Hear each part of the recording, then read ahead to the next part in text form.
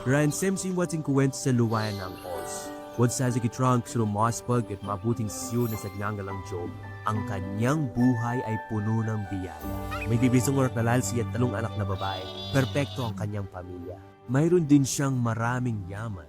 Komso libu-liw supayat kamelyo, nandang baka at asno. Ang isumayin second to mas lingkod. Nalisod siya nagbabahagi ng mga biyaya na ipinagkaloob sa kanya ng Panginoon. Wasawas madyo si Job ng mga piging sa mga espesyal na okasyon, nanyayaan ng kanyang mga kapatid na babae, mga kasapi ng komunidad, at iba pa. Isaw sa isla ising padwas na natpad hanggang sa dumating ang kapalarang sandali na tinawag ng Diyos, ang mga anghel upang magpakita at kasama nila si Satanas. Saan ka nang galing? Galing sa paglilibot? Sa buong mundo, naglalakbay dito at doon. Afonso mo ang likod na si Job, o may katulad niya sa lupa. Siyempre sa walang slayat matawaya, son of Fermaida kut si Diyos, ano may words warad Ryan. Kandabawan ka ng kinarmakan, pestang kinarmanggawan at bakan, ay kumalat sa buong lupain. Anatan na da, Stepan Jeers Carmen, saktat po ang lahat kanya bagar, at tiyak na susumpain kanya ng harapan. Frau sin Marik. Wives in Kernmeri Aaron sa iyong kawayaran. Higwit series mong gawi hindi ka makakapinsala. Sa sufuay siya pulorosad siyang sabi ni Job, dahil ni Sain Su na may nakakatakot na balita. What's side bisin what says? Feel so right to my bags as asna. It was in but case ro sa kumalis ang pada. Kawan talanisang pangasawa pang suko ang nagdala ng balita tungkol sa isang nagngangalit na apoy na lumamon sa mga tupa ni Job. Naiwan lamang ang malungkot na abo. Ang buong soso doon masimusunig sa mensahero.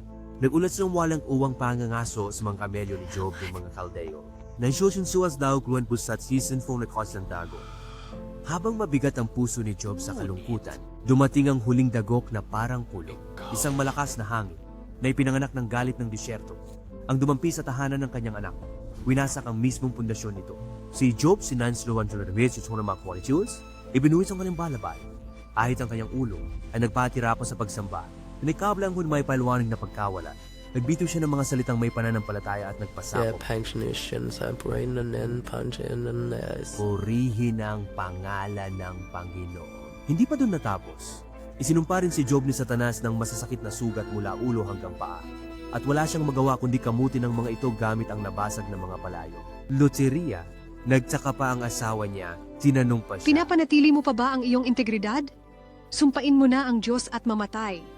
Resibo the Jobs and Eliphaz na taga Timnite, Bildad na taga Shuit, and Zophar na taga Nemethite. Napupko sa lalaran ng sila siya.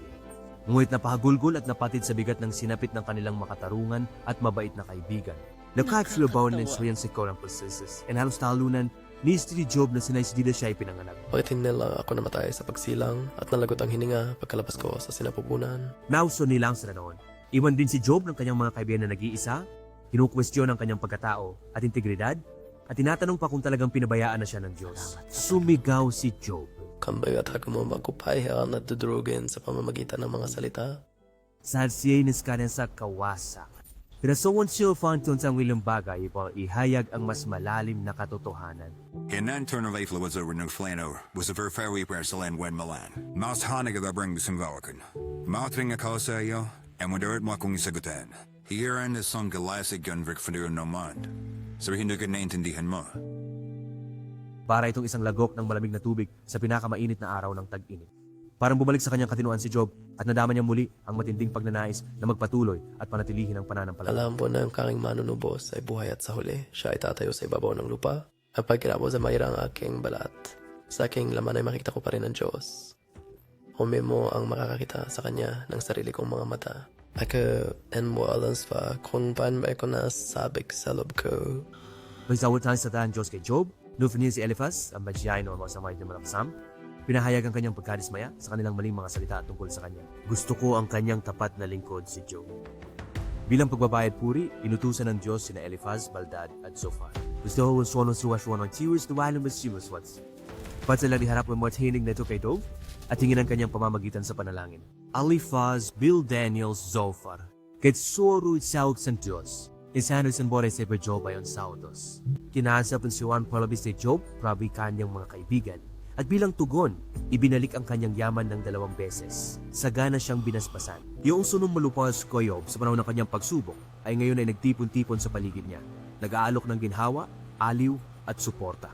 Sa aming sulay-suna sa Matching Boyd, Saksiyo to ni Job and Brahmin Bayas lies with us. Nanupas sa bigapan na 1,000 tupa, 6,000 kamelyo, at malawak na kawan ng baka at asno, ayon sa iyong kasigaan sa lumagpas pa sa kanyang naunang yaman. Bukod dito, pinagpala si Job ng 7 anak na lalaki at 3 anak na babae. Bawat isa ay mas maganda kaysa sa huli. Si Job ay dibuhay hanggang sa malusog na edad na 240 taon.